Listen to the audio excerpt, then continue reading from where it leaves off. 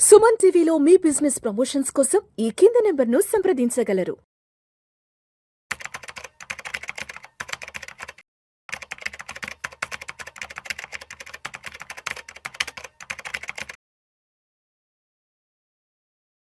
రామచంద్రమూర్తి గారు నమస్తే సార్. నమస్తే విష్ణు గారు. Welcome to Vishnu talks. Thank you sir. So Ramachandramurthy గారు, ఇప్పుడు మ్యూచువల్ ఫండ్స్ లో ఉండే ఎస్ఐపి సిస్టమాటిక్ ఇన్వెస్ట్మెంట్ ప్లాన్ ద్వారా ఒక 10 కోట్ల రూపాయల్ని జమ చేసుకోవాలి అంటే మరి ఈ మ్యూచువల్ ఫండ్ ఇన్వెస్ట్మెంట్ ప్లాన్ అనేది ఎలా ఉండాలి ఏంటంటారు? థ్యాంక్ యూ అండి. ఫస్ట్ ఆఫ్ ఆల్ మీరు అన్న టార్గెట్ 10 crores. మనం అంతకుముందు 2 years బ్యాక్ మాట్లాడితే ₹1 కోటి అంటేనే అందరూ కింద మీద అయిపోయే పరిస్థితి. ఇవాళ 10 కోట్లు అనేది ఏమవుతుందంటే చాలా మామూలు విషయమే అనిపిస్తుంది. అయిపోయింది. ఎందుకంటే మనకున్న ఖర్చులు కానీ మనకున్న ఎక్స్పెక్టేషన్స్ చూస్తే అంటే ఒక మనిషి 60 ఏళ్ళు వచ్చేపాటికి ఒక 10 కోట్లు రావాలంటే 25 ఏళ్ళ మనిషి ఎలా చేసుకోవచ్చు? 30 ఏజ్ ఫ్యాక్టర్ని బట్టి మనం ఒక డేటా తీసుకోవాలి. అంటే అతని రిటైర్మెంట్ నాటికి, అతనికి 60 ఏట వయసు వచ్చేటప్పుడు అతని రిటైర్మెంట్ నాటికి ఒక 10 కోట్లు చేతిలోకి అందాలంటే చేసుకోవాలంటే ఇది ఒక ఎక్సలెంట్ డేటా అండి. ఫస్ట్ మనం దీన్ని చూసుకుంటే దీనిలో సింపుల్గా వేసింది ఏంటంటే 14% కాంపౌండింగ్ ఇంట్రెస్ట్. సో 14 అనేది మ్యూచువల్ ఫండ్స్లో చాలా పాసిబిలిటీ ఉంది. 25, 30 కాకుండా 14% బేర్ మినిమం పాసిబిలిటీ అయితే ఉంది. కాబట్టి మనం చూసుకుంటే ఒక 25 ఏళ్ల కుర్రాడు ఒక 11,000 రూపాయలు ఎవ్రీ మంత్ జమ చేసుకుంటే జస్ట్ 25 ఏళ్ళ కుర్రాడు 11,000 రూపీస్ ఎస్ఐపి. ఆయన 60 ఏళ్ళు వచ్చేపాటికి 10 crores ఛాన్సెస్ ఉన్నాయి. 14% సిఏజిఆర్ చొప్పున. సిఏజిఆర్ అంటే కాంపౌండింగ్ యావరేజ్ గ్రోత్ రేట్. దీన్ని ఏం చేస్తారంటే దీని మీనింగ్ ఏంటంటే ఆ వచ్చిన వడ్డీని మళ్ళీ అసలుకి యాడ్ చేస్తారు. అంటే ఇక్కడ సిఏజిఆర్ అంటే కాంపౌండింగ్ యావరేజ్ గ్రోత్ రేట్. అంటే దీన్ని ఏంటంటే దీనిలో వచ్చే గ్రోత్ ని అంటే ప్రాఫిట్ ని మళ్ళీ యాడ్ చేస్తారు. ఇంట్రెస్ట్ ని యాడ్ అవుతూ ఉంటది చక్రవడ్డీ లాగా. అది దాని వల్ల అడ్వాంటేజ్ ఏంటంటే మనకి కార్పస్ పెరుగుతూ ఉంటది. అదే ఇప్పుడు ఒక 30 ఏళ్ళు అతను ఈ ప్లాన్ లో మనకు ఒక 10 కోట్లు రావాలి అంటే నెలకి యావరేజ్ గా 22,000 ఇన్వెస్ట్ చేసుకోవాలి. అలాగే ఒక 35 ఏళ్ళు అతను ఇదే ప్లాన్ లో చూసుకుంటే 43,000 దాకా ఇన్వెస్ట్ చేసుకోవాలి. అలాగే 40 ఏళ్ళు అతను చూసుకుంటే 85,000 ఇన్వెస్ట్ చేసుకుంటే అంత అమౌంట్ వస్తుంది. అలాగే 45 years ఆయన 1,80,000 దాకా ఇన్వెస్ట్ చేసుకోవాలి. 50 years ఆయన వచ్చి 4 lakhs ఇన్వెస్ట్ చేసుకోవాలి. సో మీకు ఎవరికైనా రియల్గా ఇంట్రెస్ట్ ఉంటే మా కామెంట్స్ పెట్టండి, మేము మీకు నిజంగా హెల్ప్ చేస్తాం. ఎందుకంటే 25 years నుంచి 40 years వాళ్ళకి ఇది ఒక మంచి గోల్డెన్ ఛాన్స్. 35 వరకు గోల్డెన్ ఛాన్స్. ఎందుకంటే 40,000 ఇన్వెస్ట్మెంట్ పర్ మంత్ తీసుకున్నా, సో మీరు ఎస్ఐపి తీసుకుంటే 10 crores అనేది ఒక మంచి లిక్విడిటీ అమౌంట్, మంచి అమౌంట్. సో కాబట్టి ట్రై చేయొచ్చు.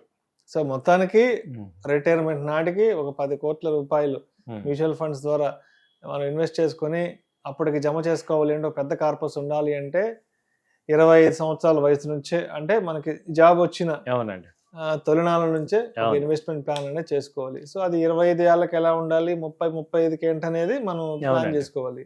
అయితే ఇక్కడ ఇంకొక పాయింట్ ఏంటంటే మన జనరేషన్లో ఏంటంటే మన పేరెంట్స్కి దీని మీద అంత అవేర్నెస్ లేదు. కానీ ఇప్పుడు కొత్తగా జాబ్ చేసే వాళ్ళందరికీ వాళ్ళ పేరెంట్స్ బాగా ఎంకరేజ్ చేస్తున్నారు. కాబట్టి మనం ఇండియాలో ప్రతి ఎంప్లాయీ కనుక 25 నుంచి 30 yearsలో వాళ్ళు కనుక ఇది రియలైజ్ అయితే, సో పవర్టీ అనేది అసలు మనం ఇండియా పూర్ కంట్రీ అనే స్టేజ్ దాటిపోవచ్చు. ఓవర్ నెక్స్ట్ డెకేడ్ వచ్చేపాటికి మంచి గ్రోత్ ప్రాస్పరస్గా రావచ్చు. అండ్ ఏంటంటే ఇప్పుడు ఇన్వెస్ట్మెంట్ ఆప్షన్స్లో బెస్ట్ చూసుకుంటే అసలు ఉన్న ఆప్షన్స్ ఏమున్నాయి, అందరూ ఏమున్నాయంటే ఫస్ట్ ల్యాండ్ ఒకటి మంచి ఇన్వెస్ట్మెంట్ ఆప్షన్. ఎందుకంటే ల్యాండ్ ఎక్కడ కొన్నా పెరుగుతూ ఉంటుంది. తర్వాత బిజినెస్ చేసుకోవటం అనేది 2 ఆప్షన్ వరల్డ్ మొత్తం మీద. 3వది ఏంటంటే సక్సెస్ఫుల్గా రన్ అయ్యే బిజినెస్లో ఇన్వెస్ట్ చేయటం. దాన్ని ఇద్దరు స్టాక్ మార్కెట్ అవ్వచ్చు లేదా మ్యూచువల్ ఫండ్స్ అవ్వచ్చు. సో అంటే మ్యూచువల్ ఫండ్స్ ఏం చేస్తుందంటే వాళ్ళు ఒక మంచి రన్నింగ్ ఏ కంపెనీస్ బాగున్నాయి సెలెక్ట్ చేసి, వాళ్ళు ఫండ్ మేనేజర్స్ ఉంటారు కాబట్టి వాళ్ళు ఎక్స్పర్ట్స్ కాబట్టి వాళ్ళు మన బదులు మన కార్పొరేట్స్ని వాళ్ళు హ్యాండిల్ చేస్తారు. కాబట్టి మంచి ప్రాఫిట్స్ లాంగ్ టర్మ్లో వచ్చే ఛాన్సెస్ ఉంటాయి. అదే మనం చేస్తున్నప్పుడు మీరు అనొచ్చు మనం సేమ్ స్టాక్స్లో ఇన్వెస్ట్ చేసుకుంటే మనమే తీసుకోవచ్చు కదా. మీరు కొన్ని ఎగ్జాంపుల్ చెప్తారు. ఇప్పుడు బజాజ్ ఫైనాన్స్ ₹100 పెట్టుకుంటే అప్పుడు 20 years బ్యాక్ ఇవాళ ₹1 కోటి అయిందని. సో అయితే ఏంటంటే చాలా మంది ఈ కంపెనీస్ లో ఉన్నారు కానీ బజాజ్ ఫైనాన్స్ కొనే వాళ్ళు చాలా తక్కువ మంది. ఇప్పుడు అందరూ ఏంటంటే ఈ చిన్న చిన్న కంపెనీస్ కొని అవన్నీ ఇవ్వతాయి కాబట్టి మనం ఏం చేసుకోవాలంటే ఈ ఎస్ఐపిని నమ్ముకుంటే ఎస్ఐపి ఎక్కడ కూడా వరల్డ్లో ఎక్కడ కూడా మోసం చేయాలి. అందరికి ఎంత కొంత కార్పస్ ఇచ్చింది కాబట్టి ఎస్ఐపి రూట్లో వెళ్ళి మీరంతా స్పెషలిస్ట్ అయినా ఆ ఎస్ఐపి ఒకటైతే కంటిన్యూ చేసుకుంటూ కావాలంటే స్టాక్స్లో మళ్ళీ ఇన్వెస్ట్ చేసుకుంటూ ఉండొచ్చు. కొంత అమౌంట్ మీ సెపరేట్ అమౌంట్ దీనిలో ఇన్వెస్ట్ చేసుకొని మీరు గ్రో అవ్వచ్చు. బట్ ఇప్పుడు మీరు అన్నట్టు ఇప్పుడు లాంగ్ టర్మ్ అంటే ఎస్ఐపి అంటే మినిమం 15 years నుంచి 20 years మినిమం వెయిటింగ్. స్టాక్స్లో కంపెనీస్లో ఏంటంటే స్టాక్ మార్కెట్లో ఒక 1 week 10 daysలోనే కొంచెం అమౌంట్స్ వస్తూ ఉంటాయి. సో ఇదొక ఆల్టర్నేట్ తీసుకోండి. ఎస్ఐపి అనేది ఏంటంటే లాంగ్ టర్మ్ కార్పస్ లాగా మనకి రిటైర్మెంట్ బెనిఫిట్ అనుకోండి, లేకపోతే చిల్డ్రన్ మ్యారేజ్ అనుకోండి, అలా ఒక లాంగ్ టర్మ్ పాయింట్ ఆఫ్ వ్యూలో మనం చూసుకుంటే ఇప్పుడు మీరు అన్నట్టు 30 ఏళ్ళు అతను మ్యారేజ్ అయింది, పిల్లలు పుట్టారు, ఓకే ఆ పిల్లలు ఒక 25 years వచ్చేపాటికి మంచి వెల్త్ క్రియేట్ అవ్వచ్చు. అలాంటి ఆస్పెక్ట్స్లో మీ ఎస్ఐపి తీసుకోవాలి. ఇప్పుడు ఇంకో న్యూస్ ఏంటంటే ఈ లాస్ట్ సెప్టెంబర్లో 60 లక్షల ఎస్ఐపిలు క్లోజ్ చేశారంట.